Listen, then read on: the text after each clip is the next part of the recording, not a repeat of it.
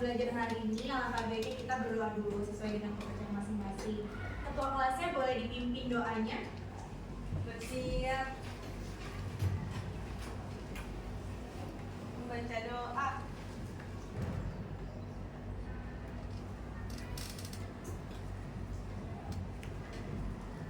Selesai memberi salam. Assalamualaikum warahmatullahi wabarakatuh. Kita absen dulu ya. Hari ini ada yang nggak masuk? Ada Bu. Ada siapa? Latifah sama Tania Ayu. Latifah sama Tania. Latifah kenapa nggak masuk? Sakit Bu. Ya, kalau Tania? Sakit juga. Berarti dua-duanya sakit ya. Oke. Hari ini kita mulai masuk ke CP2 atau capaian pembelajaran 2, yaitu marketing mix. Kenapa kita belajar ini? Tujuan belajar kita marketing mix itu agar kita tahu strategi pemasaran yang cocok pada perusahaan. Misalnya kalau kita membangun perusahaan, kita tahu nih strategi marketing yang cocok apa. Itu mencakup dari 7P yang akan kita bahas nanti. Sebelumnya, kenapa sih penting bagi perusahaan untuk terus mengembangkan produk baru? Ada yang bisa jawab? Saya Boleh. supaya bisa terus mengikuti tren dan juga tetap bisa bersaing dengan kompetitor di pasar. Oke, jawabannya bagus. Ada lagi yang bisa jawab? Saya Bu, Apa? supaya tidak ketinggalan zaman Bu. Bagus, semuanya jawabannya bagus ya. Nah, di sini marketing mix itu maksudnya adalah merupakan strategi pemasaran yang digunakan oleh perusahaan untuk memasarkan produk atau jasa secara efektif dari 7P tersebut. Nah, kalau menurut Robert atau ahlinya, itu marketing mix merupakan kelompok pemasaran yang digunakan perusahaan untuk mencapai sasaran pemasarannya dalam target pasaran atau target market. Sampai sini ada yang ditanyakan? Ya. Nah, elemen marketing mix ini ada 7. Asalnya tuh sebenarnya 4. Cuma seiring dengan perkembangannya zaman itu dan juga perkembangan industri yang terus-terusan berkembang, maka menjadi 7. Ditambah lagi 3, yaitu ada people, ada proses, sama ada physical evidence. Oke, kita masuk ke yang pertama. Nah, yang pertama itu ada produk atau produk. Produk sendiri adalah barang atau jasa yang ditawarkan kepada konsumen. Ini mencakup apa aja? Mencakup beragam produk, terus ada kualitas, ada desain, ada merek, ada fitur. Terus juga di sini produk dibagi lagi menjadi 2, ada produk berwujud atau tangible, sama produk tidak berwujud atau intangible. Maksudnya tidak berwujud itu adalah jasa. Ya, contohnya di sini ada sebuah coffee shop. Nah, coffee shop ini menawarkan beragam jenis kopi, mulai dari robusta, hingga arabica. Nah, ini disajikan langsung dari barista yang berpengalaman dan profesional. Di sini ada yang bisa identifikasi nggak yang mana yang produk tangible dan produk intangible? Ya. Boleh. Kalau produk tangible-nya itu si kopi arabica yang kalau misalnya intangible atau tidak berwujud itu jasa si barista profesional. Oke, bagus. Itu jawabannya benar ya. Sampai saat ini ada yang ditanyakan? Tidak. Oke. Nah, selanjutnya itu ada price atau harga. Nah, harga ya pasti kalian udah tahu lah ya. Harga adalah nilai yang ditetapkan untuk produk atau jasa yang dijual. Nah, penentuan harga juga tentunya harus mempertimbangkan target pasar, terus juga ada biaya produksi, terus juga ada harga yang ditawarkan oleh kompetitor. Jadi banyak nih pertimbangannya. Jadi nggak asal matok harga. Nah, penetapan harga itu dapat dilakukan dengan 3 cara. Ada cost plus pricing method atau metode penetapan harga biaya plus, ada markup pricing method atau metode penetapan harga markup, dan ada break even point method atau metode penetapan harga pulang toko. Nah, di sini ada rumus-rumusnya. Ini ada yang pertama, ada cost plus pricing method atau metode dengan menambahkan presentase tertentu pada keuntungan yang diinginkan perusahaan. Keuntungan itu dinamakan margin atau margin, itu namanya keuntungan. Nah, terus presentase yang diinginkan perusahaan dapat didasarkan pada presentase tertentu dari harga yang terbentuk di masa depan. Nah, rumusnya itu ada total biaya ditambah margin sama dengan harga jual. Contohnya ada di sini. Nah, ini ada perusahaan tas merek Kinoko akan memproduksi tas sekolah sebanyak 500 buah. Nah, perinciannya itu ada sebagai berikut. Totalnya nih, jumlah biaya dari semua ini adalah 15 juta. Keuntungan yang diharapkan oleh tas merek Kinoko ini ada 30%. Gimana cara ngitungnya? Ada 3 tahap, ada diketahui, ada pertanyaan, ada jawab. Itu wajib kalian cantumin gitu. Diketahuinya apa? Semua yang kalian ketahui dari soal tersebut masukin. Ada total biaya, ada margin, terus pertanyaannya kalian masukin lagi. Jawabnya masukin rumusnya, total biaya ditambah margin sama dengan harga jual. Tinggal masukin angka-angkanya. Total biayanya 15 juta, marginnya 30% dikali 15 juta, baru turun lagi ke bawahnya. Nah, totalnya semuanya itu ada 19 juta 500. Tapi kalian lihat lagi pertanyaannya, kan gak mungkin nyampe sini aja, walaupun rumusnya cuma nyampe sini, tapi kan pertanyaannya nggak sampai sini doang ya. Pertanyaannya berapa harga jual per unit atau per bulan. Gimana cara ngitungnya? Cara ngitungnya tadi total harga jual ini 19.500 dibagi dengan 500 tas sekolah, didapatlah angka 39.000 per bulan. Paham? Lanjut ya. Yang kedua ada markup pricing method atau metode penetapan harga markup. Biasanya metode ini tuh dilakukan oleh reseller. Atau contoh gampangnya, kalian nitip makanan di kantin dengan harga sekian. Jadi kantin dijual lagi dengan harga yang sedikit lebih tinggi agar tapi tetap mendapatkan keuntungan gitu. Rumusnya apa? Rumusnya harga beli tambah markup sama dengan harga jual. Contohnya seperti ini. Ada lagi toko Madijaya menjual ban dan suku cadang kendaraan bermotor dengan membeli 20 ban mobil dari produsen untuk dijual kembali gitu. Perinciannya seperti ini, keuntungannya yang diharapkan itu ada 2 juta. Masukin lagi semuanya ke sini. Diketahuinya berapa, pertanyaannya berapa, jawabnya berapa gitu. Nah, diperoleh total harga jualnya itu 7 juta. Tapi pertanyaannya harga jual per unitnya. Berarti gimana cara hitungnya? 7 juta dibagi dengan 20 ban mobil. Diperoleh harga 350.000 per ban mobil. Gitu cara hitungnya untuk yang markup pricing method. Sampai saat ini ada ditanyakan? Tidak. Baik ya. Lanjut ya. Yang ketiga atau yang terakhir itu ada break even point method atau metode penetapan harga pulang toko. Nah, biasanya metode ini itu berdasarkan permintaan pasar dan pertimbangan biaya. Suatu produk dikatakan break even atau rata jika hasil yang diperoleh adalah sama dengan biaya yang dikeluarkan. Jadi perusahaan itu tidak untung, tidak rugi, jadi tengah-tengah gitu.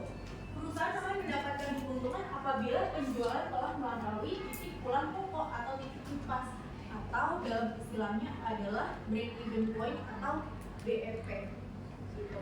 Jadi kalau misalnya perusahaan itu nggak untung dan nggak rugi, itu belum dikatakan mencapai titik BEP gitu. Rumusnya ada 2 yang harus kalian hafal. Ada BEP dalam unit yang pertama, kalian itu BEP dalam unit, baru lanjut ke BEP dalam benda. Contohnya seperti ini. Sebuah pabrik sepatu memproduksi 60 pasang sepatu setiap bulannya. Satu pasang sepatu dihargai sebesar 100.000 rupiah. Biaya variabel per sepatu rata-rata sebesar 100.000, sedangkan biaya tetap per tahun rata-rata 4 juta. Nah, berapa jumlah sepatu yang harus diproduksi agar mencapai titik BEP? Jadi beda lagi ya pertanyaan sama sebelumnya. Kalau ini itu berapa jumlah sepatu yang harus diproduksi biar perusahaan itu untung? Nah, maksudnya apa? Di sini ada istilah FC, P, dan IC. FC ini maksudnya adalah fixed cost atau biaya tetap. Biaya tetap itu maksudnya biaya yang tidak berubah. Contohnya biaya sewa gedung. Terus ada VC atau variable cost, biaya yang berubah sesuai dengan jumlah produksi. Ya, contohnya biaya bahan baku, terus listrik itu kan juga cenderung berubah-ubah. Nah, terus yang terakhir ada P atau price atau harga, yaitu harga jual barang. Nah, dari soal ini kita ngerti dulu diketahuinya produksinya berapa, P-nya berapa, C-nya berapa, variabel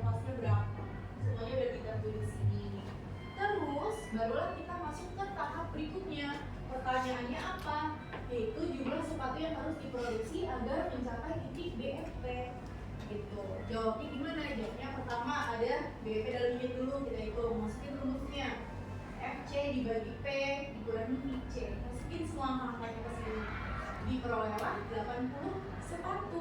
Jadi untuk mencapai titik BFP maka perusahaan harus memproduksi sebanyak 80 sepatu. Setelah itu masuk ke BFP dalam rupiah, masukin lagi rumusnya FC dibagi 1 dikurang IC dibagi P, masukin lagi semua angka-angkanya. Nah, diperoleh angka 8 juta rupiah. Jadi jika ingin mencapai titik BFP maka perusahaan harus mempunyai omset sebesar 8 juta rupiah. Jika ingin untung maka omset tentunya harus melampaui 8 juta rupiah. Sampai dipaham?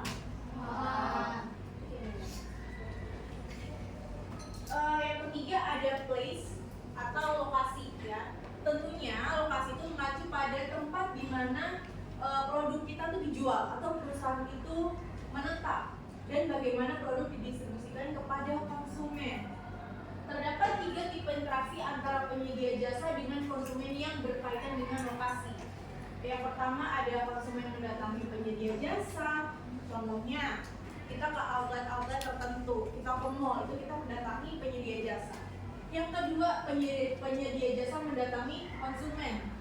Yang ketiga penyedia jasa dan konsumen melakukan interaksi melalui perantara, contohnya e-commerce melalui Shopee lah, Facebook lah, itu adalah melakukan interaksi melalui perantara. Oh, ada yang tanyakan? Ya, benar. Yang selanjutnya ada promotion atau promosi. Nah, promosi mencakup semua aktivitas yang dilakukan oleh perusahaan untuk meningkatkan kesadaran tentang produk dan mendorong penjualan. Contohnya seperti apa? Seperti iklan, penawaran khusus, terus ada diskon pada waktu tertentu, dan lain-lain. Nah, di sini ada yang bisa kasih contoh promosi yang dilakukan? Saya Bu. Boleh. Jadi promosi itu tuh melalui endorsement artis. Nah sekarang tuh lagi viral. Nah kenapa harus kayak gitu? Supaya si produknya itu tuh ikut naik, ikut viral juga sehingga meningkatkan penjualan dari si produk tersebut. Jawabannya bagus, lengkap. Jadi itu ya promosi ya, atau promotion. Ada yang ditanyakan untuk promotion? Ya. Oke, selanjutnya ada people atau orang. Nah, orang ini mencakup semua individu yang terlibat dalam proses penyampaian layanan atau produk kepada pelanggan. Nah, ini mencakup 2 aspek. Yang pertama itu ada service people atau penyedia layanan. Terus juga ada customer atau pelanggan. Contohnya dalam coffee shop itu tentunya ada karyawan-karyawan yang terampil dalam menyediakan kopi serta melalui pelayanan yang ramah sehingga customer secara tidak langsung melakukan promosi melalui word of mouth. Jadi kayak dari satu orang tuh menyampaikan ke orang lain, coffee shop ini bagus loh, dia pelayanannya bagus, terus juga ramah-ramah semua. Itu maksudnya ke promosi gitu. Sampai saat ini paham? Oke, lanjut ya. Yang keenam ada proses. Proses adalah pelayanan yang diberikan kepada pelanggan. Caranya itu gimana? Nah, ini mencakup efisiensi dari pengalaman pelanggan selama interaksi. Terus juga ada proses yang efektif meningkatkan pengalaman pelanggan dan efisiensi yang operasional. Terus juga contohnya apa? Contoh itu sebuah aplikasi perbankan online yang memudahkan nasabah untuk membuka rekening baru tanpa harus datang ke kantor cabang. Biasanya ini dilakukan ada Mandiri atau Livin by Mandiri, itu dia bisa langsung buat tabungan di aplikasinya secara langsung. Kartunya pun kita nggak perlu langsung datang ke cabangnya, tapi bisa langsung diantarkan ke aplikasinya. Gitu. Paham ya? Yang terakhir ada physical evidence atau bukti fisik. Nah, bukti fisik adalah elemen yang memberikan indikasi kualitas layanan atau produk kepada pelanggan.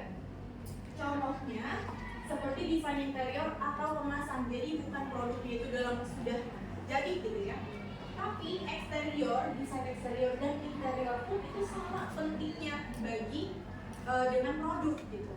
Kalau misalnya kalian pergi ke sebuah coffee shop atau ke sebuah salon tapi dari luar itu nggak meyakinkan, kalian kan nggak mungkin ya, kalian pasti skeptis datang ke situ kan. Makanya eksterior dan interior pun itu sama pentingnya, jadi 50% 50% gitu. Contohnya itu tadi sebuah coffee shop dirancang dengan estetika menarik dengan target anak muda dan kemasan produk yang menarik juga gitu untuk meningkatkan pengalaman pelanggan. Itulah ketujuh elemen dari marketing mix. Ada yang tanyakan?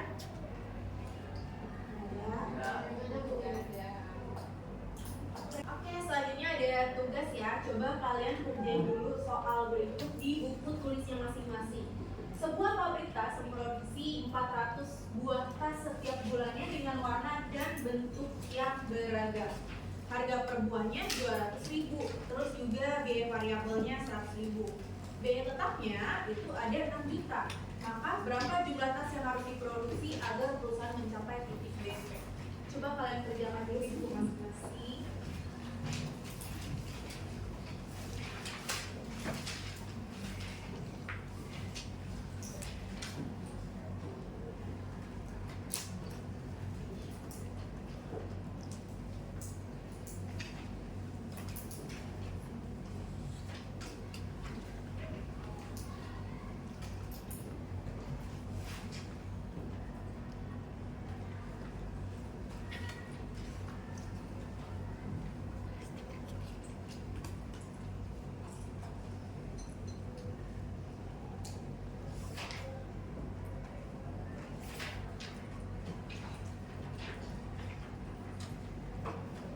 Yang mau tanyakan juga boleh. Kalau masih ada yang nggak paham.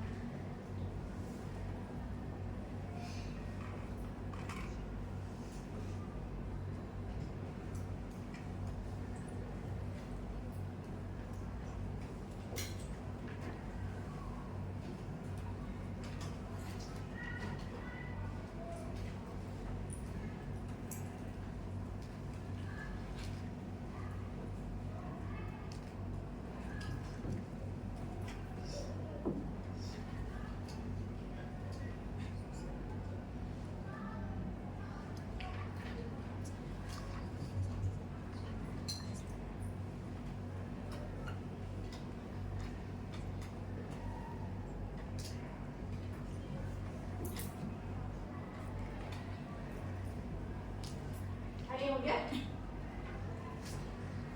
Saya Bu udah. Boleh. Yang BP dalam unit itu jumlahnya 67 unit. 67 unit. Dalam BP. BP dalam unit ya. Oke. Selanjutnya kan ada BP dalam rupiah. Berapa BP dalam rupiah? Ada yang udah? Saya Bu, Boleh. Berapa? yang dalam rupiah itu 13 juta. 13. Oke, videonya benar. Nah ini kalian catat, kerjakan di buku tulisnya, nanti minggu depan dikumpulkan ya. Oke, jadi kesimpulannya dari pembelajaran kali ini itu dengan memahami marketing mix ya, kita bisa merancang nih strategi yang lebih tepat untuk memenuhi kebutuhan konsumen, terus juga meningkatkan daya tarik produk kita, terus juga bersaing lebih baik di pasar. Nah, jadi belajar marketing itu bukan hanya soal teori ya, tapi juga tentang bagaimana kita bisa membuat produk atau jasa yang benar-benar bernilai bagi konsumen dan berdaya saing yang tinggi. Nah, jadi pemahaman itu berarti sangat penting banget ya buat kita sebagai calon profesional nanti di masa depan, mungkin habis kalian lulus. Terus kalian juga bisa mampu mengambil keputusan yang berdampak positif dalam pemasaran. Gitu. Sampai sini paham? Oke, jadi untuk minggu depan sekian dulu ya, sekian dari pembelajaran hari ini. Untuk minggu depan itu kita akan belajar tentang STP. Ada yang tahu STP itu apa? Positioning. Ada segmenting, targeting, ada positioning. Oke, itu aja hari ini. Saya mau apresiasi untuk semua yang bertanya, yang sudah aktif dalam pembelajaran hari ini. Wassalamualaikum warahmatullahi wabarakatuh.